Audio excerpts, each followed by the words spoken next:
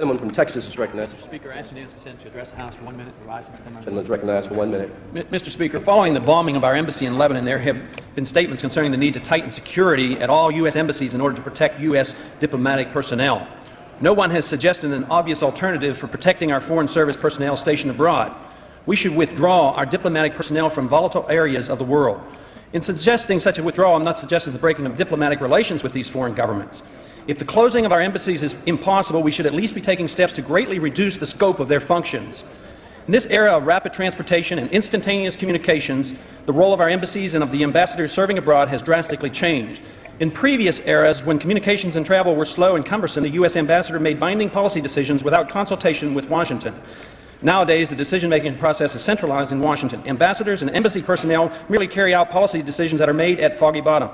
Modern technology has reduced the need for the large embassies. We must also end the practice of stationing intelligence agents in our embassies. This practice helped to precipitate the hostage crisis in Iran and possibly even in Lebanon.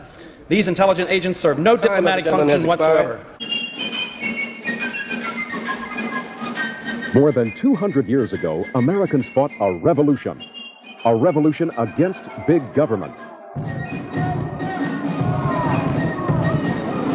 He has erected a multitude of new offices and has sent hither swarms of officials to harass our people and eat out their substance. George III and his bureaucrats taxed and controlled their lives until the people said, enough. Yet today, the government in Washington, D.C. makes you nostalgic for old King George. The royal tax collectors took about 25% from our ancestors. This year, government at all levels will extract 50% of our money to waste. And not gently. IRS agents use wiretaps, mail openings, informants, disguises, guns, chains, and jails to get every last dime. Meanwhile, at the Federal Reserve, 12 faceless bureaucrats decide your economic future. In secret. How much inflation should there be next year? What should interest rates be? How much of your savings should be transferred to politicians and their favored big banks? The Supreme Court, where individual rights are supposed to be protected, think it's fine if government invades our financial privacy, spies on us in our bedrooms, regulates church schools, and restricts our free speech. Meanwhile, at the Congress, everything is up for grabs, as long as it's yours. Democrats want big spending on social welfare and foreign aid. Republicans, including President Reagan, want big spending on corporate welfare and the military. Both parties love foreign meddling and budget deficits, and both advocate economic policies that can bring you back to 1929. Your only role? Elect them to power and send them your wallet, and maybe your kids. Despite the clear mandate of the Constitution, our own government, which botches everything within the borders of the United States, tries to police the world. Is it really proper for the U.S. government to subsidize rich allies like Germany and Japan, to decide which set of thugs should run Nicaragua, to intervene in centuries-old battles in the Middle East, to overthrow governments it doesn't like, to get our 18-year-old kids killed in Lebanon or the Persian Gulf? The Founding Fathers knew that the best government is the smallest. Yet Washington taxes, spends, inflates, spies, lies, and intervenes at home and in 120 countries around the globe, while letting criminals run wild in the streets. Oh, the government has a solution. Confiscate the honest people's guns and try to jail heroes like Bernard Goetz who defend themselves. Something is drastically wrong with America. We could face depression and war if we don't do something about it. We can't count on the Republicans or Democrats. There really isn't a dime's worth of difference between them. Only one party stands for liberty in the American tradition, and that is the Libertarian Party. Founded in 1971, it is the party of principle, of Jeffersonian ideals, of the real America, and of our greatest champion, Ron Paul. Ron Paul, a practicing physician and former four-term congressman from Texas, has been a freedom fighter all his life. One of his achievements in Congress, the American Eagle gold coin, a giant step towards sound money. And this year, he is running for president on the Libertarian Party ticket to give the American people a real choice. A moderate use of government would be for government to mind its own business, to let people alone, to let the economy operate, and to let other countries live as they so choose. But I think the real radicals have been in charge for the past 50 or 60 years, and that's why we're facing so many problems today. As a student, I'm sick and tired of the government telling me how to live my life. I want to be sure that when I graduate, I'll be able to live my life the way I want, and that's why I support Ron Paul. There are many people who think that they can make a better world by telling people how to live, whether it's telling them what to eat or what to drink or how to act in the bedroom. And we have laws on the books and more laws proposed and people being told by the government how they should live. And I think the American people don't want to have any part of it. And once they see what's happening, I think they're going to have to look at the views of the Libertarian Party and say, what does the Libertarian Party say about this? And clearly, we have a clear answer for it, and that is to say that the people ought to be left alone. I'm a real estate broker, and I'm going to support Ron Paul because he's for the gold standard. The gold standard will stabilize our dollar and our interest rates and allow the young people of this country to buy their dream home again. But the solution is really very easy. It's so easy people don't want to believe it. We should have a gold standard. Simple as that.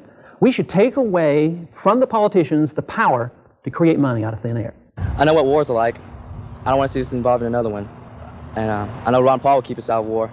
This is why I support Ron Paul. It isn't a policy of isolationism. It's a policy of withdrawing forces. It's a policy of non-confrontation. It means that we wouldn't be taking missiles and weapons and nuclear bombs and sticking them under the nose of anybody who seems to look different than us and aggravating them and agitating in order for us to get the military budget passed. But the policy of non-intervention, the pro-American defense policy, is something that was designed by the Founding Fathers. It's a good policy, and the American people ought to have a chance to vote for it again. If you're a self-employed person, the government does everything possible to try to harass you, tax you, and put you out of business.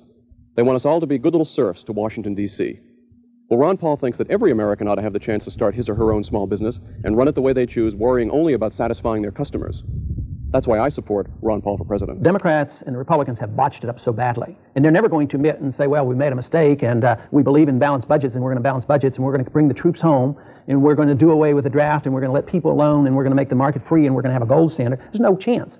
So yes, the American people have to look for another option, which means that there is an opportunity. There's a total vacuum out there.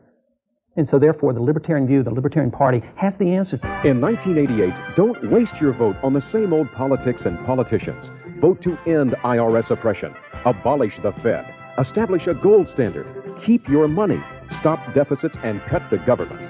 Live your life the way you want, educate your children as you choose, and bring our boys home. The gentleman from Texas, Mr. Paul, is recognized for 5 minutes. Thank you, Mr. Speaker. I ask unanimous consent to revise and extend my remarks. Without objection. Last week it was Saddam Hussein and the Iraqis. This week's Hitler is Slobodan Milosevic and the Serbs. Next week, who knows? Kim Jong-il and the North Koreans. Next year, who will it be? The Ayatollah and the Iranians. Every week we must find a foreign infidel to slay and, of course, keep the military-industrial complex humming. Once our ally, Saddam Hussein, with encouragement from us, invaded Iran, was it not logical that he might believe we condone border crossings and invasions even into what Iraqis believe is rightfully theirs, Kuwait, especially after getting tacit approval from U.S. Ambassador Glaspie?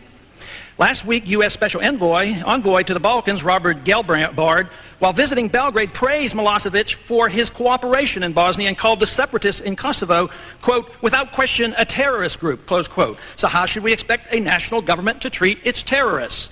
Likewise, our Secretary of State in 1991 gave a signal to Milosevic by saying all Yugoslavia should remain a monolithic state.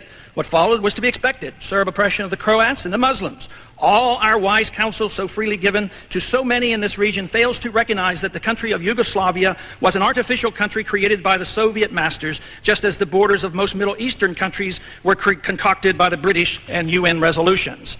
The centuries-old ethnic rivalries inherent in this region and aggravated by persistent Western influence as far back as the Crusades will never be resolved by arbitrary threats and use of force from the United States or the United Nations. All that is being accomplished is to further alienate the factions festering hate and pushing the region into a war of which we need no part. Planning any military involvement in Kosovo is senseless. Our security is not threatened, and no one has the foggiest notion of whether Kofi Annan or Bill Clinton is in charge of our foreign policy. The two certainly do not speak in unison on Iraq. But we cannot maintain two loyalties, one to a world government under the United Nations and the other to U.S. sovereignty protected by an American Congress. If we try, only chaos can result, and we're moving rapidly in that direction. Instead of bringing our troops home from Bosnia, as many members of Congress have expressed an interest in doing, over the President's objection, we're rapidly preparing for sending more troops into Kosovo. This obsession with worldwide military occupation by U.S. troops is occurring at the very time our troops lack adequate training and preparation. This is not a result of too little money, but a misdirected role for our military, a role that contradicts the policy of neutrality, friendship, trade, and non-intervention in the affairs of other nations. The question we should ask is, are we entitled to, wealthy enough, or even wise enough to assume the role of world policeman and protector of the world's natural resources?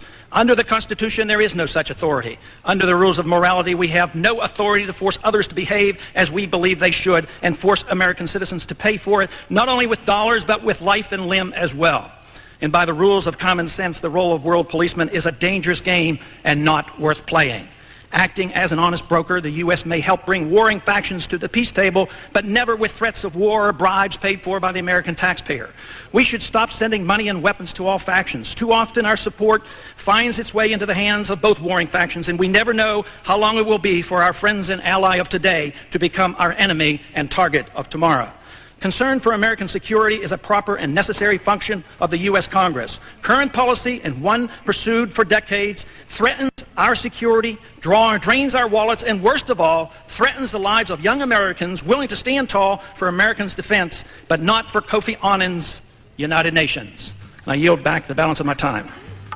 I have a prepared statement for tomorrow, and in that statement I talk about a much more serious act that the President committed than anything that we've generally talked about, and that was the illegal bombing of Sudan and Afghanistan for political reasons. $200 million were spent for that without congressional approval. It was a cynical way of directing attention away from the President onto what he was doing in foreign policy.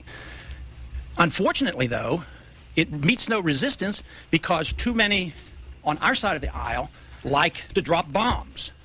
And I think that's wrong. There's been a lot of talk about the Constitution in the last several weeks, in the last several months. A lot of people holding up the Constitution.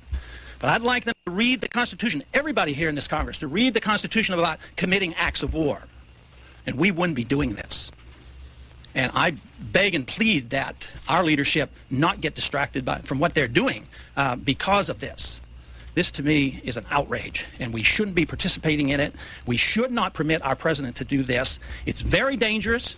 It has nothing to do with national security. Matter of fact, our national security is more jeopardized by permitting this to happen because we're liable to start a war.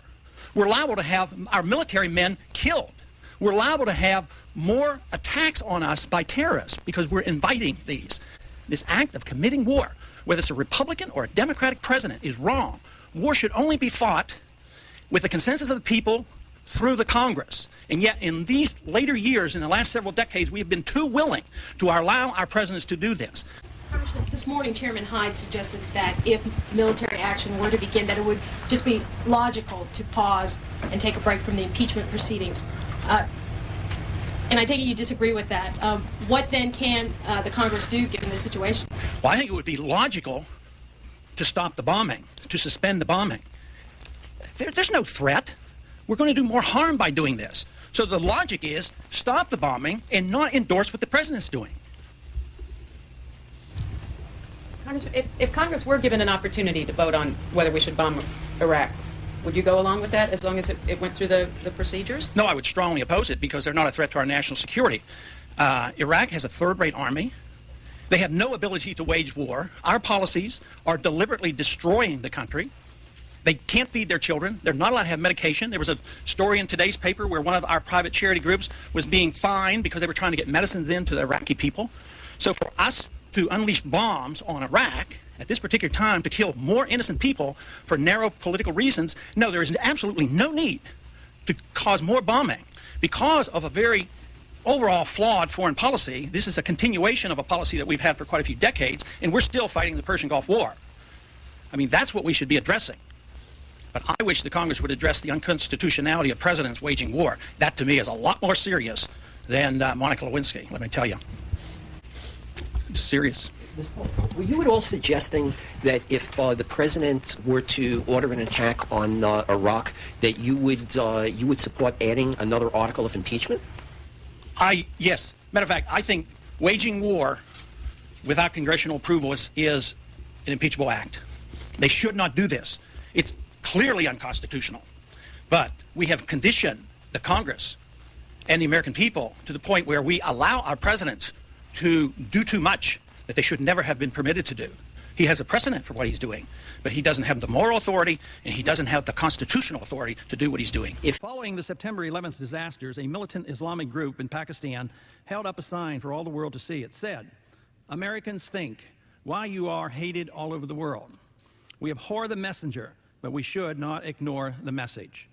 Here at home, we are told that the only reason for the suicidal mass killing we experienced on September 11th is that we are hated because we are free and prosperous. If these two conflicting views are not reconciled, we cannot wisely fight nor win the war in which we now find ourselves. We must understand why the hatred is directed toward Americans and not any other Western country. In studying history, I, as many others, have come to the conclusion that war is most often fought for economic reasons. But economic wars are driven by moral and emotional overtones. Our own revolution was fought to escape from the excessive taxation, but was inspired and driven by our desire to protect our God-given rights to liberty. The war between the states, fought primarily over tariffs, was nonetheless inspired by the abhorrence of slavery. It is this moral inspiration that drives people to suicidally fight to the death, as so many Americans did between 1861 and 1865. Both economic and moral causes of war must be understood. Ignoring the importance of each is dangerous. We should not casually ignore the root causes of our current fight, nor pursue this fight by merely accepting the explanation that they terrorize us out of jealousy. It has already been written that Islamic militants are fighting a holy war, a jihad. This drives them to commit acts that to us are beyond comprehension. It seems that they have no concern for economic issues since they have no regard even for their own lives. But an economic issue does exist in this war. It's oil. When the conflict broke out between Iraq and Iran in the early 1980s, we helped to finance and arm Iraq and Saddam Hussein. At that time, Anwar Sadat of Egypt profoundly stated, "This is the beginning of the war for oil." Our crisis today is part of this long-lasting war over oil. Osama bin Laden, a wealthy man, left Saudi Arabia in 1979 to join American-sponsored so-called freedom fighters in Afghanistan. He received financial assistance, weapons, and training from our CIA, just as his allies in Kosovo continue to receive the same from us today. Unbelievably, to this day, our foreign aid continues to flow into Afghanistan, even as we prepare to go to war against her. My suggestion is, not only should we stop this aid immediately, but we should never have started it in the first place. It's during this time bin Laden learned to practice terror, tragically with money from the U.S. taxpayers. But it wasn't until 1971, during what we refer to as the Persian Gulf War, that he turned fully against the United States. It was this war, said to protect our oil, that brought out the worst in him. Of course, it isn't our oil. The oil, in fact, belongs to the Arabs and other Muslim nations on the Persian Gulf. Our military presence in Saudi Arabia is what most Muslims believe to be a sacred violation of Holy Land. The continuous bombing and embargo of Iraq has intensified the hatred and contributed to more than 1 million deaths in Iraq. It is clear that protecting certain oil interests and our presence in the Persian Gulf helps drive this holy war. Muslims see this as an invasion and domination by a foreign enemy which inspires radicalism. This is not new. This war, from their viewpoint, has been going on since the Crusades 1,000 years ago. We ignore this history at our own peril. The radicals react as some Americans might react if China dominated the Gulf of Mexico and had air bases in Texas and Florida. Dominating the Persian Gulf is not a benign activity. It has consequences. The attack on the USS Cole was a warning we ignored. Furthermore, our support for secular governments in the moderate Arab countries is interpreted by the radicals as more American control over their region that they want. There is no doubt that our policies that are seen by the radicals as favoring one faction over another in the long-lasting Middle East conflict adds to the distrust and hatred of America. The hatred has been suppressed because we are a powerful economic and military force and wield a lot of influence. But this suppressed hatred is now becoming more visible, and we as Americans, for the most part, are not even aware of how this could be. Americans have no animosity toward a people they hardly even know. Instead, our policies have been driven by the commercial interest of a few, and now the innocent suffer. Mr. Speaker, the end of the war is not near. I might ask, are the troops coming home from Iraq as promised? Not quite. 16 months is too quick, so the plan now is to do it in 34 months. The administration claims all the troops will be out of Iraq by the end of 2011. Sure they will. We're told that 50,000 U.S. troops will still be in Iraq in August of 2010, and we're supposed to cheer. We're told that they won't be combat troops, so we're to believe that means exposed to any danger. If they are non-combat troops, does that mean they are bureaucrats, policemen, teachers, or soldiers without weapons? This will hardly satisfy the Iraqis who resent any foreign troops at all in their country. A U.S. puppet government protected by 50,000 American soldiers is not the road to peace.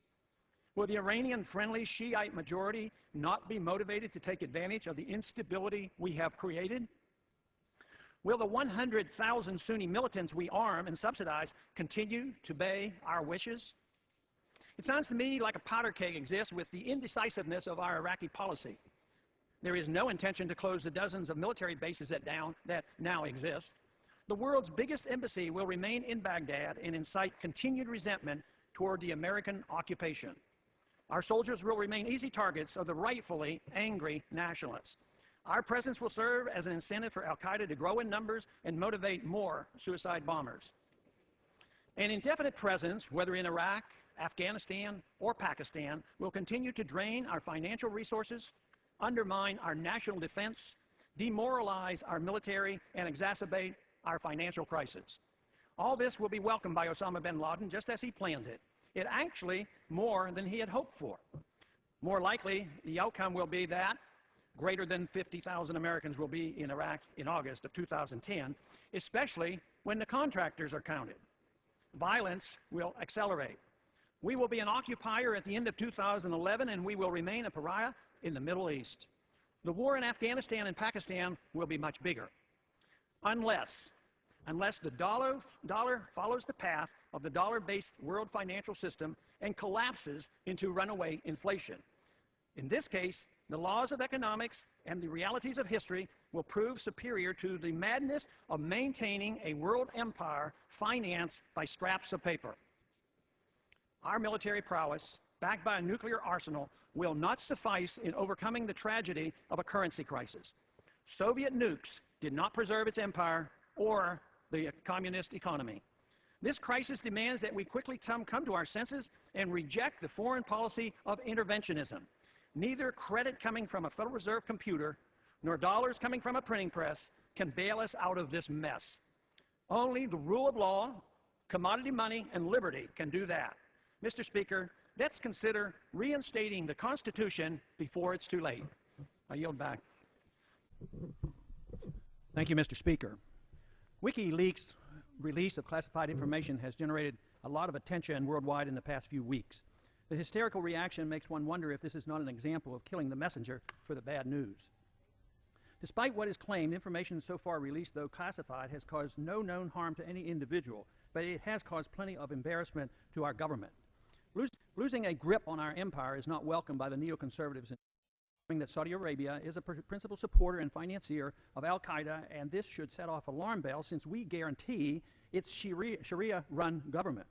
This emphasizes even more the fact that no al-Qaeda existed in Iraq before 9/11, and yet we went to war against Iraq based on the lie that it did. It has been charged by self-proclaimed experts that Julian Assange, the internet publisher of this information, has committed a heinous crime deserving prosecution for treason and execution or even assassination. But should we not at least ask how the U.S. government can charge an Australian citizen with treason for publishing U.S. secret information that he did not steal? And if WikiLeaks is to be prosecuted for publishing classified documents, why shouldn't the Washington Post, the New York Times, and others that have also published these documents be prosecuted? Actually, some in Congress are threatening this as well. The New York Times, as a result of a Supreme Court ruling, was not found guilty in 1971 for the publication of the Pentagon Papers. Daniel Ellsberg never served a day in prison for his role in obtaining these secret documents. The Pentagon Papers were also inserted into the congressional record by Senator Mike Gravel, with no charges being made of breaking any national security laws. Yet the release of this classified information was considered illegal by many, and those who lied us into the Vietnam War and argued for its prolongation were outraged. But the truth gained from the Pentagon Papers revealed that lies were told about the Gulf of Tonkin attack, which perpetuated a sad and tragic episode in our history. Just as with the Vietnam War, the Iraq War was based on lies. We were never threatened by weapons of mass destruction or Al-Qaeda in Iraq, though the attack on Iraq was based on this false information. Any information that challenges the official propaganda for the war in the Middle East is unwelcome by the administration and supporters of these unnecessary wars. Few are interested in understanding the relationship of our foreign policy and our presence in the Middle East to the threat of terrorism. Revealing the real nature and goal of our presence in so many Muslim countries is a threat to our empire, and any revelation of this truth is highly resented by those in charge.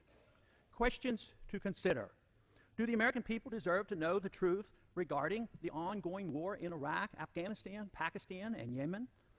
Number two, could a larger question be, how can an Army private gain access to so much secret information? Number three, why is the hostility mostly directed at Assange, the publisher, and not our government's failure to protect classified information? Number four, are we getting our money's worth from the $80 billion per year we spend on intelligence gathering? Number five, which has resulted in the greatest number of deaths? Lying us into war, or WikiLeaks revelations, or the release of the Pentagon Papers? If Assange can be convicted of a crime for publishing information that he did not steal, what does this say about the future of the First Amendment and the independence of the Internet? Number seven, could it be that the real reason for the near universal attacks on WikiLeaks is more about secretly maintaining a seriously flawed foreign policy of empire than it is about national security?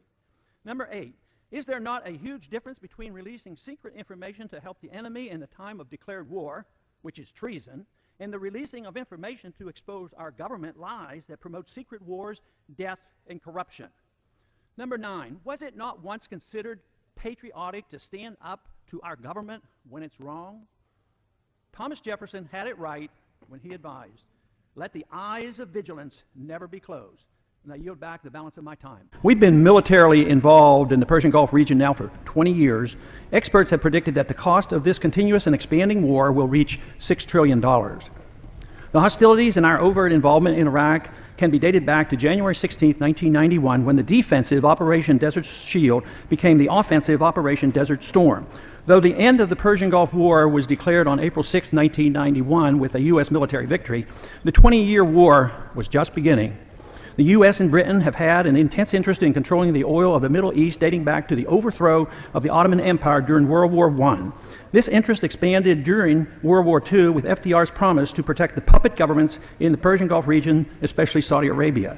Though this arrangement never sat well with the citizens in the region, a fairly decent relationship remained between the Arab people and the American public. But animosity continued to build with our ever-present military involvement in Iraq. Our military assistance to the Mujahideen in the 1980s, now the Taliban, helped the Muslim defenders, one of whom was Osama bin Laden, oust the Soviets from Afghanistan. At that time, we were still not seen as occupiers, and the radical Muslims, encouraged by the U.S., were expected to direct all their efforts toward the communist threat. That all changed with the breakup of the Soviet system and the end of the Cold War, when, as the lone superpower left standing, we named ourselves the world policeman. It was then that the resentment by Arabs and Muslims became directed toward the United States, now seen as an invader and occupier. Continuous bombing and crippling sanctions against Iraq during the 1990s, the appearance that the U.S. did not care about the plight of the Palestinians, and our military bases in Saudi Arabia led to attention-getting attacks against the United States. The 1998 embassy attacks in Kenya and Tanzania, and the attack of the U.S. Cole in the year 2000 were warnings that war was far from over. The horrible tragedy of 9/11 shouldn't have been a surprise, and many believe it was preventable. Currently, the war has morphed into a huge battle for control of the Persian Gulf region and Central Asia. This involves Iraq, Afghanistan, Pakistan, Yemen, Somalia, and Iran. Foolish policies lead to foolhardy conflicts. Foolhardy conflicts lead to unsustainable costs and a multitude of unintended consequences. To name a few, we have spent trillions of dollars based on the false pretense of defending freedom and our Constitution. The notion has been further solidified that war no longer needs to be declared by Congress and can be pursued as a prerogative of the President. We are now seen by the world not as a peacemaker, but rather a troublemaker and aggressor. Thousands of American service members have been killed and tens of thousands wounded, with a sharp increase in service-connected suicides. Over 500,000 veterans are seeking medical treatment and disability benefits. Millions of citizens have been killed, wounded, and displaced in the countries on the receiving end of our bombs, drones, sanctions, and occupation. The region has suffered huge environmental damage as a consequence of our military occupation. Christians from Iraq have suffered the worst rout in the history of Christendom. Iran and Iraq are now better allies than ever, with strong anti-American sentiment. Iraqi political stability is a joke. Ending hostilities in Afghanistan is a dream. China and Iran have been drawn into a closer alliance against the United States. America's uncontrolled deficits are senselessly fueled by needless militarism. We are now much poorer and less safe. There was no Al-Qaeda in Iraq before we invaded in 2003. Today, there is. No weapons of mass destruction were ever found in Iraq. War always leads to government growth and the sacrifice of civil liberties. In the past 10 years, this has been particularly costly to us, with the acceptance of military tribunals, torture, assassination, abuse of habeas corpus, and Patriot Act-type legislation. Senseless war and senseless destruction and death should not be rationalized as providing a great service in protecting our freedoms, our Constitution, or maintaining peace. The only value that can come of this is to recognize that our policies are flawed and they need to be changed. Without this, history will record that the sacrifices were all in vain. Speaker, I rise in opposition to this bill. I was opposed to the Patriot Act in 2001 and do not believe now that it's a good idea to extend it. You know, the Fourth Amendment is rather clear. It says that we should be secure in our papers, our persons, our homes, and our effects, and that if warrants are to be issued, we have to do it with probable cause and describe in particular the places, the people, and the things that we're going to look at. And I think what has happened, though, over the years has been that we have diluted the Fourth Amendment. It was greatly diluted in 2001, but it started a lot earlier than that. When the FISA law was originally written in 1978, that really introduced the notion that the Fourth Amendment was relative and not absolute. And later on, it was further weakened in 98 and then, of course, in 2001. I think our reaction to the horrors of 9/11, we can understand the concern and the fear that was developed, but I think the reaction took us in the wrong direction, because the assumption was made, of course, that we weren't spending enough money on surveillance, and even though then our intelligence agencies received $40 billion, they didn't give us the right information. So now we're spending $80 billion. But it also looks like the conclusion was that the American people had too much privacy, and if we undermine the American people's privacy, somehow or another we're going to be safer. I think another thing that has come up lately has been that the purpose of government is to make us perfectly safe. Now, it is good to be safe, but governments can't make us safe. I question whether or not we have been made safer by the Patriot Act. But let's say a law makes us somewhat safer. Is that a justification for the government to do anything they want? For instance, if you want to be perfectly safe from child abuse and wife beating, the government could put a camera in every one of our houses and our bedrooms, and maybe there would be somebody made safer this way, but what would you be giving up? So perfect safety is not the purpose of government. What we want from government is to enforce the law and to protect our liberties. This, to me, has been, especially since 9/11, a classical example of sacrificing liberty for safety and security. Now, I didn't invent those terms. They've been around a long time, and it's easily justified, and I can understand it because I was here in 2001 when this came up, and people become frightened. The American people want something done, but I think this is misdirected and not, it doesn't serve our benefits. So I think at this time we should really question why we're extending this. We're extending the three worst parts.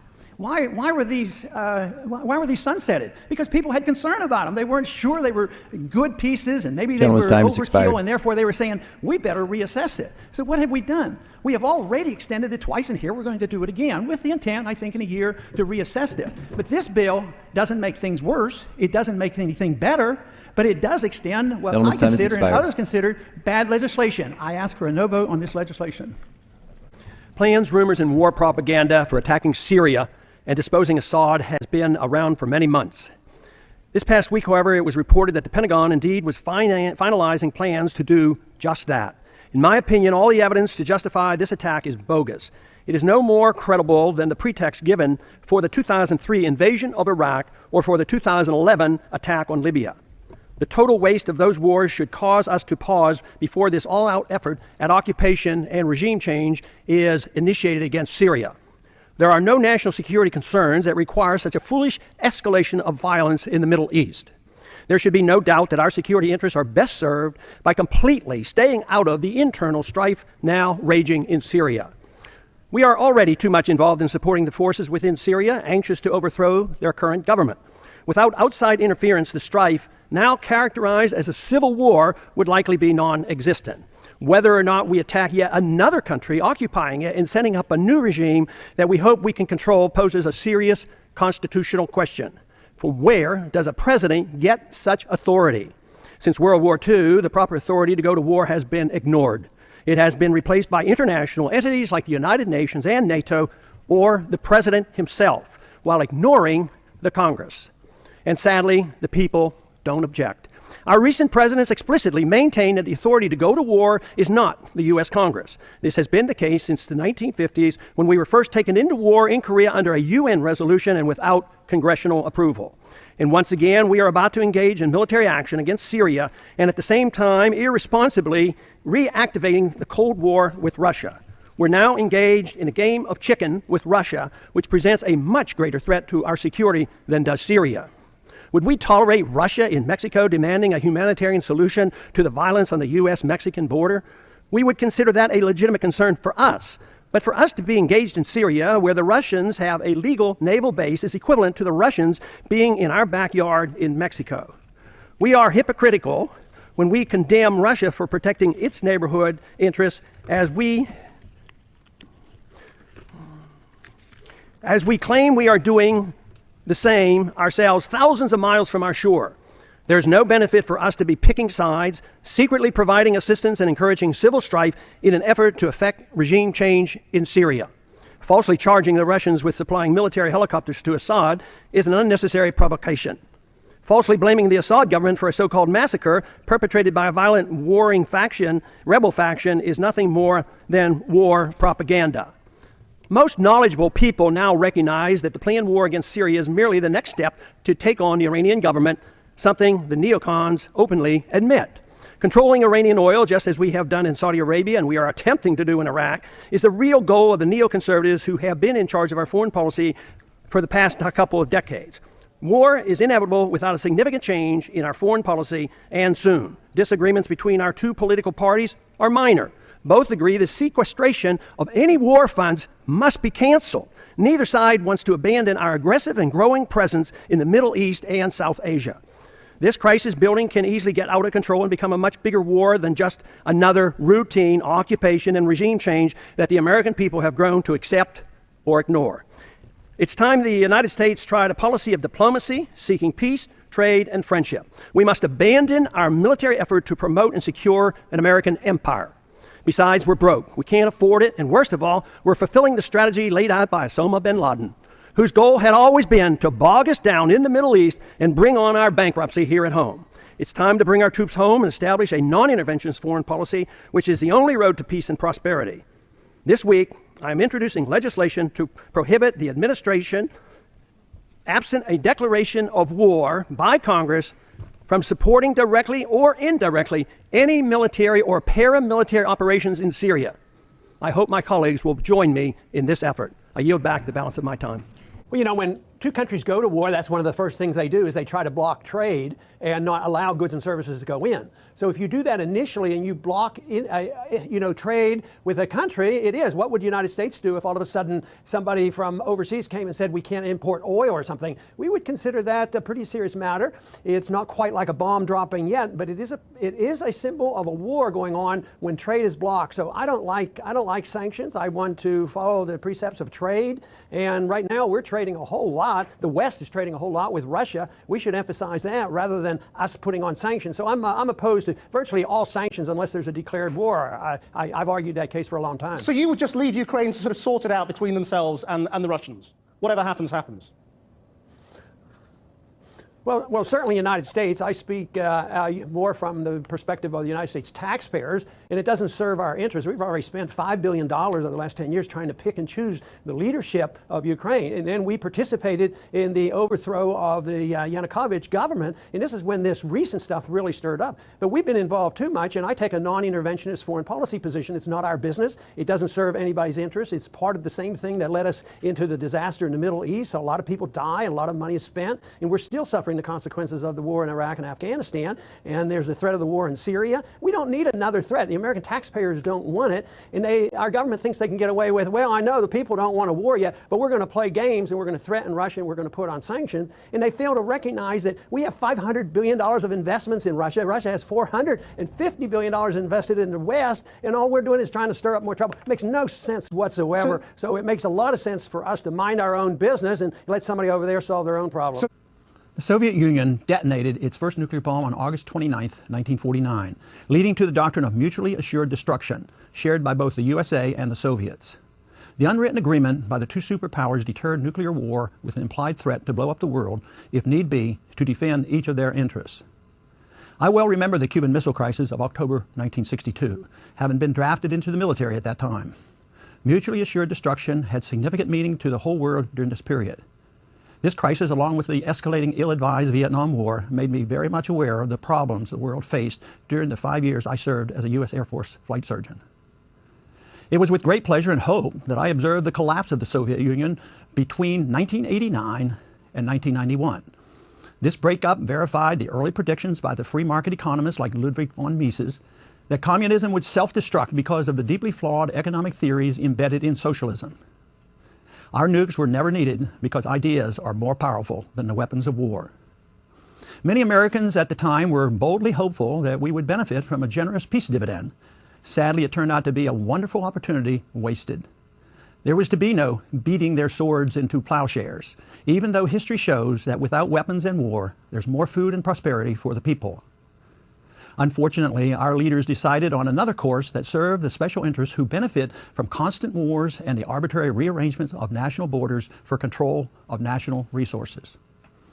Instead of a peace dividend from ending the policy of mutually assured destruction, U.S. leaders opted for a foreign policy of American world domination as its sole superpower. It was all in the spirit of Woodrow Wilson's idealistic goal of making the world safe for democracy by pursuing a war to end all wars. The mantra became that American exceptionalism morally required us to spread our dominance worldwide by force. U.S. world dominance, by whatever means, became our new bipartisan foreign policy. There was to be no peace dividend, though our enemies were virtually non-existent. In many ways, America had been exceptional in an opposite manner from the neocon-driven foreign policy of the last 20 years. If America indeed has something good to offer, the cause of peace, prosperity, and liberty, it must be spread through persuasion and by example, not by intimidation, bribes, and war. Maintaining world domination is based on an intellectually and financially bankrupt idea that generates dependency, war, loss of civil liberties, inflation, and debt, all of which contribute to our economic crisis. Saddest of all, this policy of American domination and exceptionalism has allowed us to become an aggressor nation, supporting preemptive war, covert destabilization, foreign occupations, nation-building, torture, and assassinations. This policy has generated hatred toward Americans and provides the incentive for almost all of the suicides attacks against us and our allies. To continue to believe the fiction that the militants hate us for our freedoms and wealth may even result in more attacks against us, that is, unless our national bankruptcy brings us to our knees and forces us to bring our troops home. Expanding our foreign military intervention overseas as a cure for the attacks against us tragically only guarantees even more attacks. We must someday wake up, be honest with ourselves, and reject the notion that we're spreading freedom and America's goodness around the world.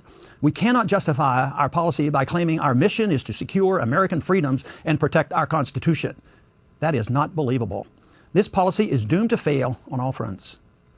The policy of mutually assured destruction has been gone now for 20 years, and that is good. The policy of American domination of the world as nation builder in chief and policeman of the world has failed and must be abandoned. If not as a moral imperative, then certainly out of economic necessity. My humble suggestion is to replace it with a policy of mutually assured respect. This requires no money and no weapons industry or other special interest demanding huge war profits or other advantages. This requires simply tolerance of others' cultures and their social and religious values, and the giving up of all use of force to occupy or control other countries and their national resources. Many who disagree choose to grossly distort the basic principles shared by the world's great religions: the Golden Rule, the Ten Commandments, and the cause of peace. Religions all too often are distorted and used to justify the violence engaged in for arbitrary power. A policy of mutually assured respect would result in the U.S.